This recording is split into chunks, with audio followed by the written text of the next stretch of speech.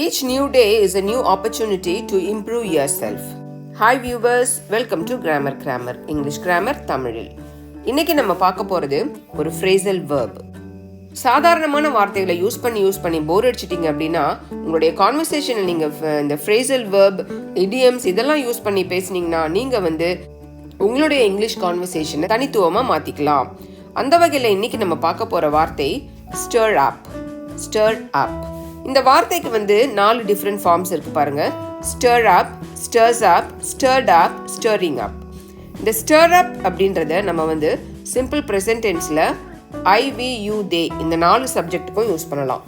அதுவே இந்த stirs up அப்படின்றத அதே சிம்பிள் ப்ரெசன்ட் டென்ஸ்க்கு he, she, it ஏதாவது ஆண் பெயர் அல்லது பெண் பெயர் இதெல்லாம் நம்ம சப்ஜெக்டா யூஸ் பண்ணும்பொழுது நம்ம அந்த verb stir up கூட ஒரு s சேர்த்து stirs up அப்படின்னு யூஸ் பண்ணுவோம்.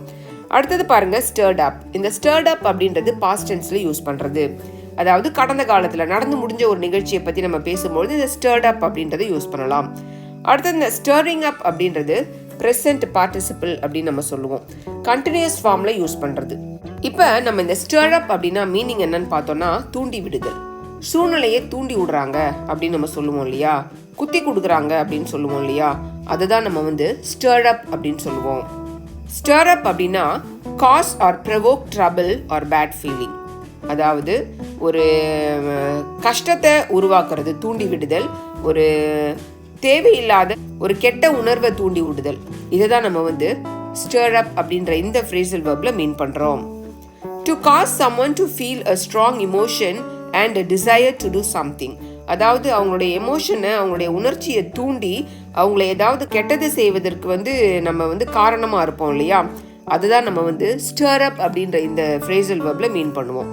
நம்ம சொல்றதுனால அவங்க ரொம்ப தூண்டப்பட்டு ஏதாவது ஒரு அசம்பாவிதமான செயல்ல ஈடுபட்டுருவாங்க. அந்த மாதிரி செய்யறது நம்ம stir up அப்படின்னு சொல்லுவோம். அடுத்தது இந்த stir upக்கு இன்னொரு மீனிங் என்னன்னு பார்த்தோம்னா disturb particles in water or air. அதாவது தண்ணிலையோ அல்லது காற்றுலையோ இருக்கக்கூடிய துகள்களை நம்ம கலக்கி விடுவோம். டிஸ்டர்ப் பண்ணோம்னா அது அப்படியே கலங்கிடும் இல்லையா, அதை தான் நம்ம stir up அப்படின்னு சொல்லலாம். அப்ப இந்த வீடியோவில் நம்ம stir up அப்படின்ற ஒரே வார்த்தைக்கு 2 விதமான பொருள்களை பார்த்துருக்குறோம். ஒன்று சூழ்நிலையை தூண்டி விடுதல், தேவையில்லாத ஒரு அசம்பாவிதம் நடைபெறுகிற வகையில் சூழ்நிலையை தூண்டி விடுறதை நம்ம stir up அப்படின்னு சொல்லலாம். இன்னொன்று இந்த பார்ட்டிகிள்ஸ், தண்ணியில அல்லது காத்துல இருக்கக்கூடிய துகள்களை தூண்டி விடுதல், துகள்களை கலக்கி விடுதல், இதை நம்ம stir up அப்படின்னு சொல்லலாம். இப்ப பாருங்க, இந்த stir up அப்படின்ற வார்த்தைக்கு synonyms, அதே பொருள் கொண்ட மற்ற வார்த்தைகள் என்னென்ன அப்படின்னு பார்த்தோம்னா ட்ரிகர்னா தூண்டி விடுதல், தூண்டுதல், provoke கோபமூட்டுதல், நம்ம அவங்களுக்கு கோபத்தை மூட்டிடுவோம், அதனால அவங்க வேற மாதிரி ரியாக்ட் பண்ணுவாங்க. இன்ஸ்டிகேட் பின்னின்று தூண்டி விடுதல், ஒருத்தனை பின்னாடி நின்று குத்தி கொடுத்துட்டே இருக்கிறது, அவன் வேற மாதிரி ரியாக்ட் பண்ணுவான், அசம்பாவிதத்தில் அவன் ஈடுபடுற மாதிரி நம்ம பேசி அவனை தூண்டி விடுவோம். இதை நம்ம இன்ஸ்டிகேட் அப்படின்னு சொல்லுவோம். காஸ் உண்டு பண்ணுதல், ஏதாவது ஒரு விளைவை உண்டு பண்ணுதல்.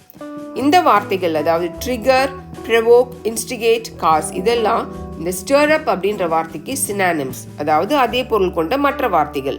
இப்போ நம்ம இந்த stir up அப்படின்ற வார்த்தையை சென்டென்ஸ்ல யூஸ் பண்ணலாம்.